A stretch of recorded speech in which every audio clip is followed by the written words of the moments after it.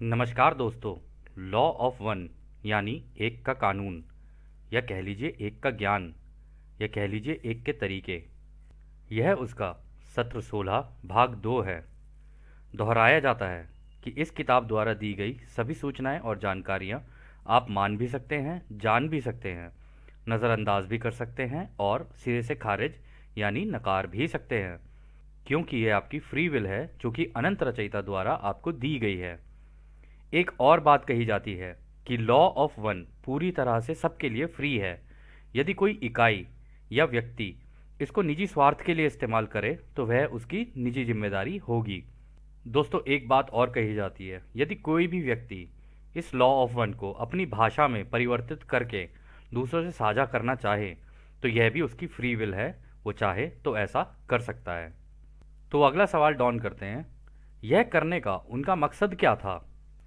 तो रा कहते हैं, ओरियन समूह का मकसद जैसे कि पहले बताया गया था, जीतना और गुलाम बनाना है। यह कार्य कुलीन वर्ग यानी जिनको तुम एलिट्स बोलते हो उनको ढूंढने से होता है, उन्हें ऊंचे पद पर स्थापित करने और अन्य सभी लोगों को उन्हें सेवा देने से होता है। इसके लिए वे विभिन्न यंत्रों की मदद लेते हैं, जैसे कि वे सारे कानून जो इस कुलीन वर्ग ने सभी को दिए हैं, यानी इस एलीट वर्ग ने सबको दिए हैं। तो अगला सवाल डॉन करते हैं, इन 10 धर्म निर्देशों के कानून को प्राप्त करने वाला सकारात्मक यानी पॉजिटिव था या नकारात्मक यानी नेगेटिव था? तो रा कहते हैं, इन धर्म निर्देशों को प्राप्त करने वाला काफी सकारात्मक था यानी काफी पॉजिटिव था। उसका नाम मोइशे था। उन्हें एक के कानून का ज्ञान था, इसलिए वे इन धर्म निर्देशों में छुपे हुए गलत जानकारियों को जानते थे। वह जानते थे, इसलिए उनके साथ संपर्क असफल रहा। हालांकि वे पहले से ही एक के ज्ञान को जानते थे, परंतु वे अपने कबीले के लोगों को प्रभावित नहीं कर सके। उन्होंने अपने कबीले को एक का ज्ञान देकर मुक्त करने की काफी कोशिश की, परंतु उनके लोगों को धर्म निर्देश का पालन करना ही बेहतर लगा। उनके लोगों ने उनका सम्मान और ईश्वर के प्रति उनके प्रेम को तोड़ने की बहुत कोशिश की। उन्हें अपने समूह से भी निकाल दिया गया था तथा उनका बहिष्कार भी किया गया। अंत में उन्होंने दुखी होकर तीसरी घनत्वता को छोड़ दिया, यानी कि उनकी मृत्यु हो गई। तो दोस्तों, ऐसा ही होता है। ये जरा सही रास्ते पे कोई चलने की कोशिश करता है तो उस बेचारे के साथ ऐसा ही हो जाता है। तो दोस्तों, सत्य के रास्ते पर चलने वालों को तो दुख तो उठाने ही पड़ते हैं। ये तो हम लोग हमेशा ही देखते हुए आए हैं, फिल्मों में भी देखा और पता नहीं भगवान जाने कहाँ कहाँ देखा है हम लोगों ने, वास्तविकता में भी देखा ही है। तो इस केस में अगर आप देखेंगे तो वो कह रहे कि लोगों को आदत इतनी हो गई थी कि उन्हें जब कोई निर्देश लेने की आदत हो गई थी कि तू ऐसा कर और ऐसा ना कर, तो उनकी आज़ादी का उल्लंघन तो हो रहा था, लेकिन उन्हें मज़ा आ रहा था उसमें। उन्हें लग रहा था कि हाँ चलो, कोई दिशा तो है हमारे पास। लेकिन एक का ज्ञान क्या करता है, वो आपके दिमाग को खोलेगा। अब जब दिमाग को खोलेगा तो आप अनंत संभावनाओं में सोचोगे, अनंत जितनी पॉसिबिलिटीज, इनफाइनाइट पॉसिबिलिटीज हैं उनके अंदर सोचोगे। तो ये चीज़ मोइशी को पता थी। अब मोइशी ने क्या किया, बाकी लोगों को देने की कोशिश की, परंतु मतलब अनसक्सेसफुल अटेम्प्ट रहा ये भी। तो खैर, अगला सवाल डॉन करते हैं, यदि ये व्यक्ति सकारात्मक यानी पॉजिटिव प्रवृत्ति के थे तो ओरियन के समूह ने इनसे संपर्क कैसे किया? तो रा कहते हैं, ये काफी गहन युद्ध का मैदान था जो कि सकारात्मक यानी पॉजिटिव सोच वाले महासंघ के लोग तथा नकारात्मक यानी नेगेटिव सोच वाले लोगों के बीच होता है। मोइशे नाम के व्यक्ति प्रभावित होने तथा ज्ञान लेने के लिए स्वतंत्र थे और उन्होंने एक के कानून को सबसे सरल रूप में प्राप्त किया था। हालांकि उनकी जानकारी नकारात्मक हो गई जब उनके लोगों ने उन पर दबाव डाला और कहा कि धर्म निर्देशों की जानकारियां सही हैं और लोगों के लिए लाभदायक हैं। इस कारण यह व्यक्ति इस प्रकार की जानकारियां और खुद की सेवा के ज्ञान को पाने के लिए स्वतंत्र हो गया, यानी कि उन्होंने इस तरह की गलत जानकारियां भी प्राप्त की।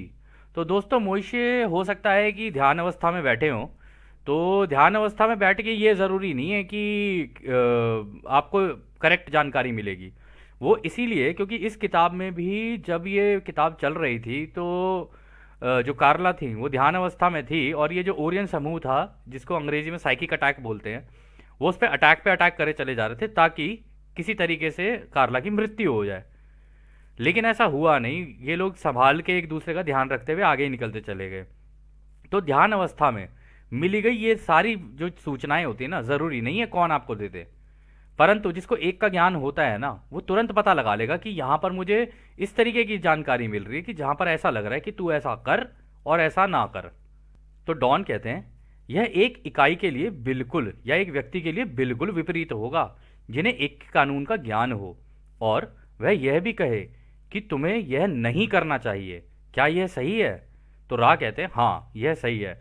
तो दोस्तों देखो, यहाँ पे रा ने क्लियर ही कर दिया। रा ने कहा कि यदि कोई तुम्हें यह कहता है कि तू ऐसा कर और ऐसा ना कर या ऐसा ना कर, मतलब या तो ऐसे कर ले या फिर ऐसे नहीं कर, नहीं नहीं ये नहीं करने देंगे हम तेरे को।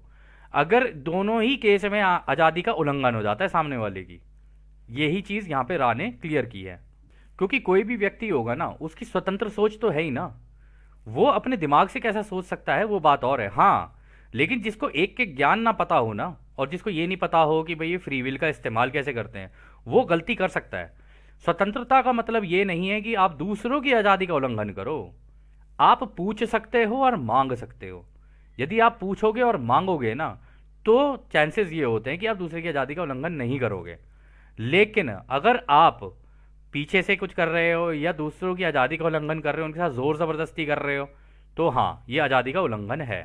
तो अगला सवाल डॉन करते हैं, क्या आप हमें आपके समूह के इतिहास के बारे में बता सकते हैं और आपको किस तरह एक के कानून का ज्ञान हुआ? तो रा कहते हैं हमारे सीखने का मार्ग हमेशा वर्तमान क्षण में होता है।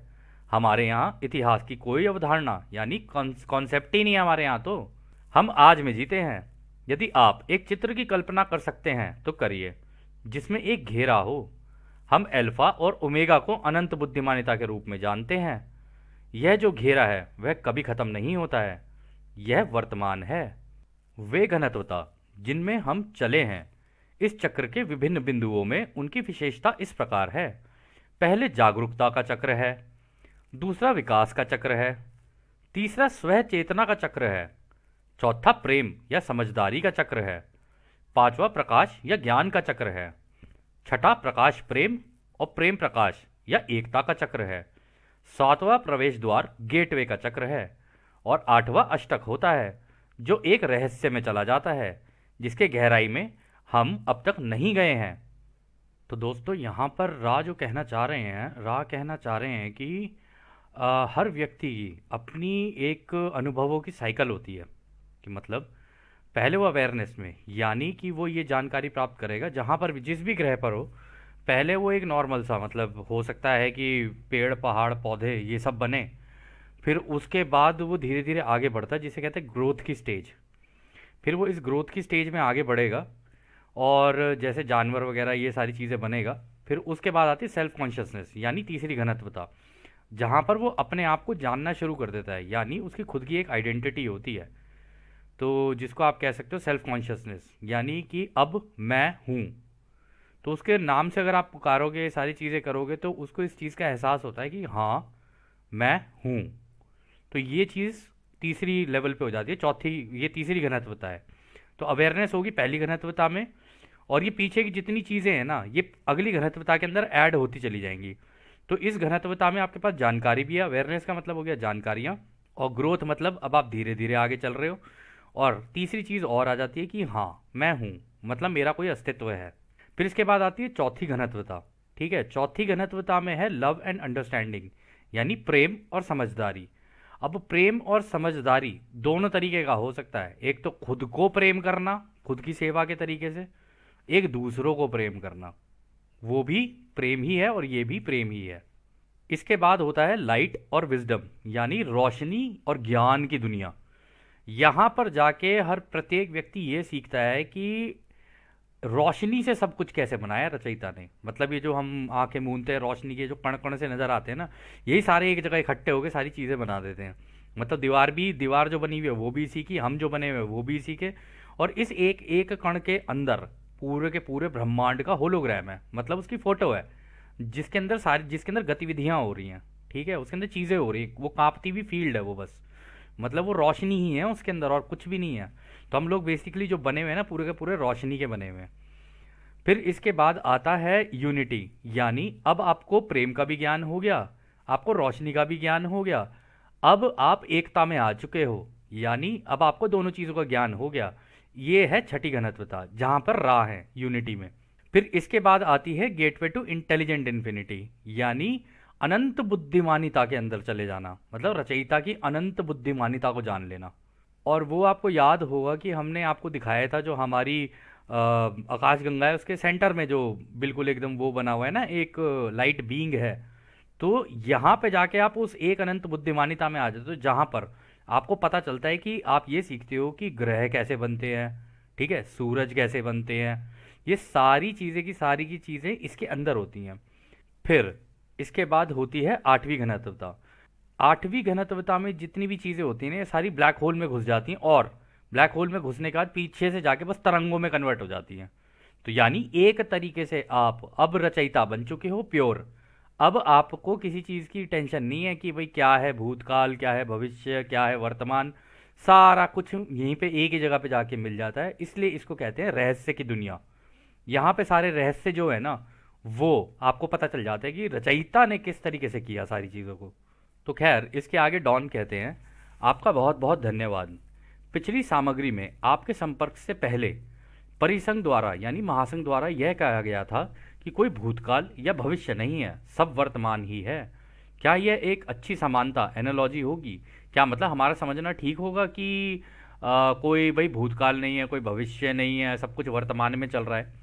तो रा इसका जवाब देते हैं, रा कहते हैं तीसरी घनत्वता में भूतकाल, वर्तमान और भविष्य तीनों होते हैं। परंतु यदि कोई व्यक्ति भविष्य में निकल जाए, यानी कि वह मर जाए और उसका चक्र तीसरी घनत्वता में पूरा हो जाए, तो उसे उस वक्त सिर्फ वर्तमान ही दिखता है।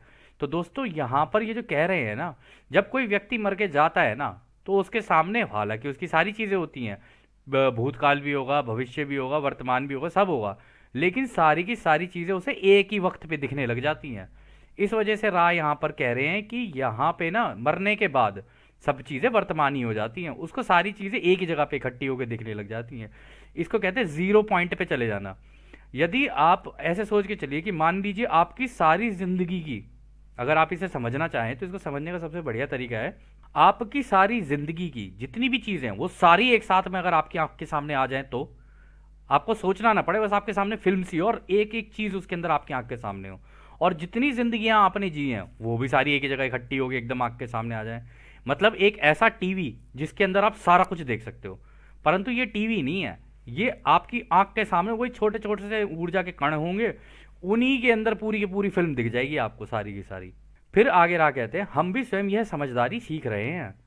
सातवें स्तर पर या घनत्वता में यदि हमारी विनम्र कोशिशें, हम्बल एफर्ट्स पूरी हो जाएंगी, तब हम भी एक हो जाएंगे। तब हमारी कोई भी यादें नहीं होंगी, ना ही हमारी पहचान होगी, ना ही कोई भूतकाल होगा और ना ही भविष्य होगा, हम सब एक होंगे। तो रा भी यही कह रहे हैं कि जब वो सातवीं घनत्वता में पहुंचेंगे ना, यानी गेटवे टू इंटेलिजेंट इन्फिनिटी में एक बार पहुंच गए वो, मतलब उस द्वार पे पहुंच गए जहां पर रचयिता की बुद्धिमानिता के अंदर पहुंच गए आप, मतलब आप वो गैलेक्सी के सेंटर में पहुंच गए। और जब आप वहां पहुंच जाते हो ना, फिर उसके बाद सारी की सारी चीज़ें आपकी घुल मिल जाती हैं, फिर आपको ना, आपके लिए ना कोई भूतकाल है ना भविष्यकाल है, आप जीरो हो चुके हो, अब एकदम जीरो, मतलब अब आप उस स्टेज पे आ चुके हो जहां पे अब आप भी सब कुछ देख सकते हो।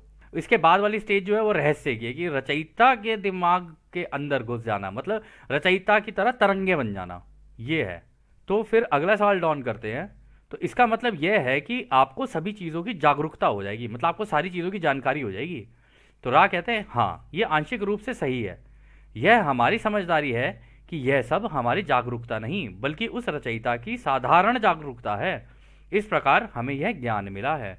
तो रा यहाँ पर कह रहे हैं कि देखो यह हमारी समझदारी है कि हम लोग ये जानते हैं कि जागरूकता नहीं बल्कि उस रचयिता की साधारण जागरूकता, मतलब रचयिता का जो दिमाग किस तरीके से काम करता है ना, ये तरंगे किस तरीके से काम करती हैं, कहते हैं वो सारी जानकारियां हम लोगों को मिल जाएंगी, तब जाके हम लोग रचयिता बन जाएंगे, प्योर रचयिता, जैसे रचयिता ने रचा हम भी रचने लग जाएंगे।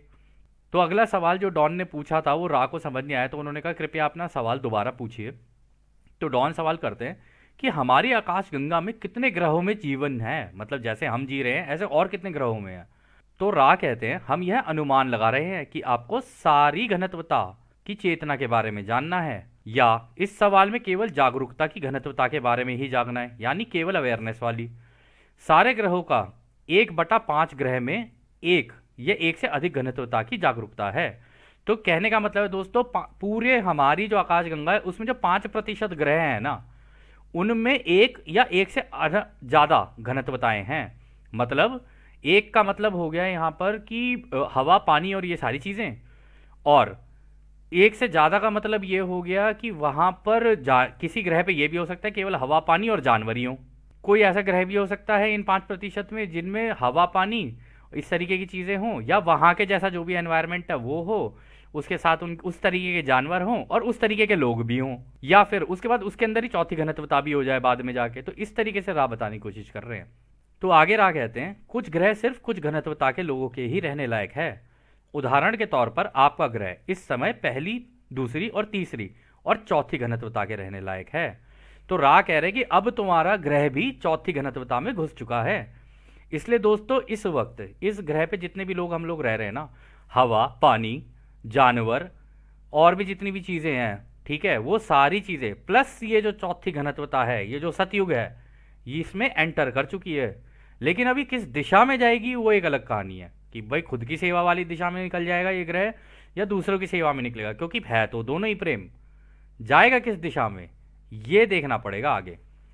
तो अगला सवाल डॉन करते हैं, अंदाजन हमारे आकाशगंगा के कितने ग्रहों के बारे में हम जानते हैं कि वहां जीवन है, चाहे वह किसी भी घनत्वता के हों। तो राह कहते हैं लगभग 6 करोड़ 70 लाख हैं। तो दोस्तों 6 करोड़ 70 लाख तो ऐसे हैं जो जिनके ऊपर हमारे जैसे लोग हैं, और ये 6 करोड़ 70 लाख लोग नहीं है, इतने तो ग्रह हैं जिनके ऊपर जीवन है, हमारे जैसे लोग हैं।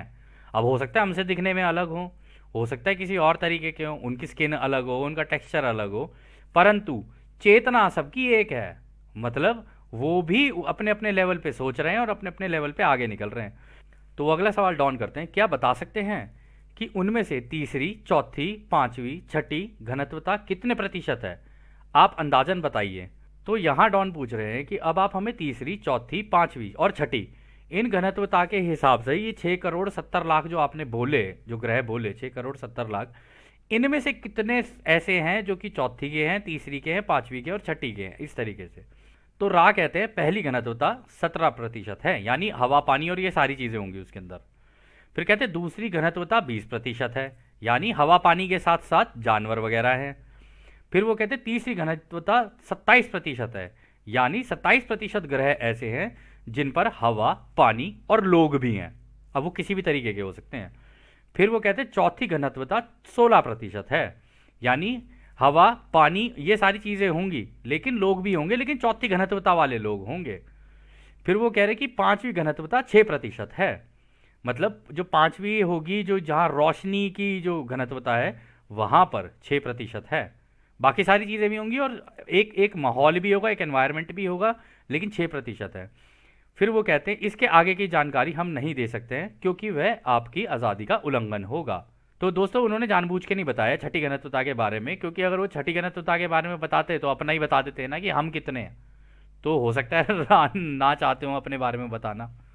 तो आगे राह कहते हैं हम एक चीज़ के बारे में बता सकते हैं, करीबन 35% ऐसे बुद्धिमान ग्रह हैं जिसे इस प्रतिशत के पैमाने में नहीं रखा जा सकता है।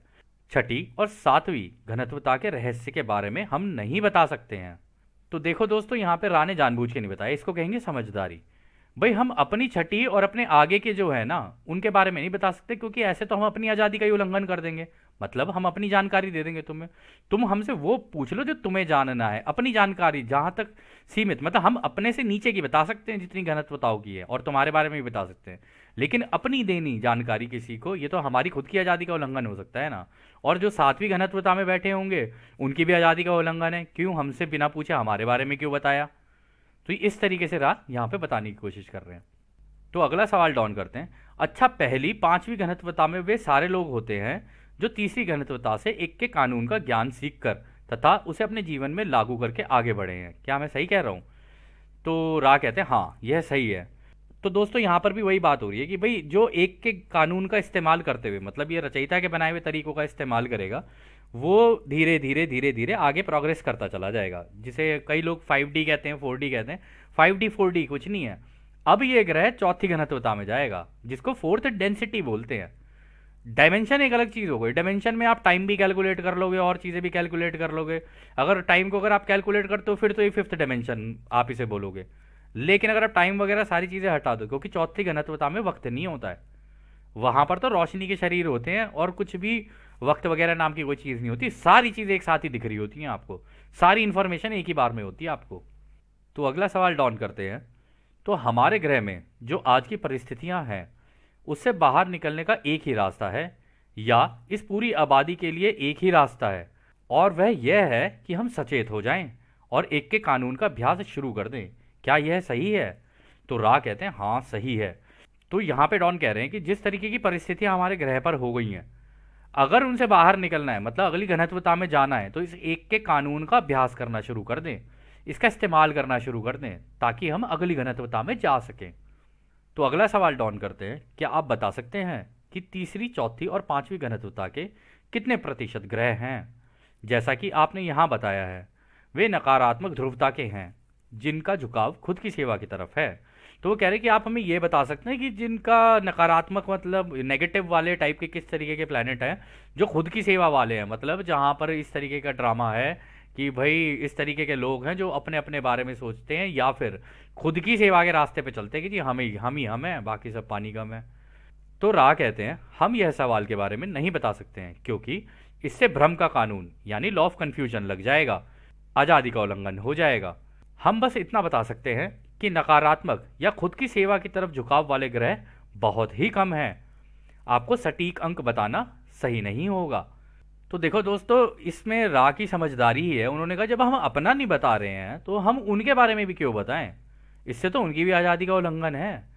तुम अपना पूछ सकते हो हमसे, अपना तुम पूछोगे हम तुम्हें बता देंगे, लेकिन तुम बाकी दूसरों का पूछोगे कि जैसे हमारी आदत होती है उसके घर में क्या चल रहा है, उसके घर में क्या चल रहा है, ताका झाकी लुक्का छुपी बहुत हुई, ये जो चल रही होती है ना हमारी भी आदतें, वो एक तरीके से दूसरे की आज़ादी का उल्लंघन है। तो खैर दोस्तों, यह सत्र अब यहीं समाप्त होता है। और जैसा कि राह हमेशा कहते हैं, अब हम आपको उस एक अनंत रचयिता के प्रेम, उसकी रोशनी, उसकी शक्ति और उसकी शांति में छोड़कर चलते हैं।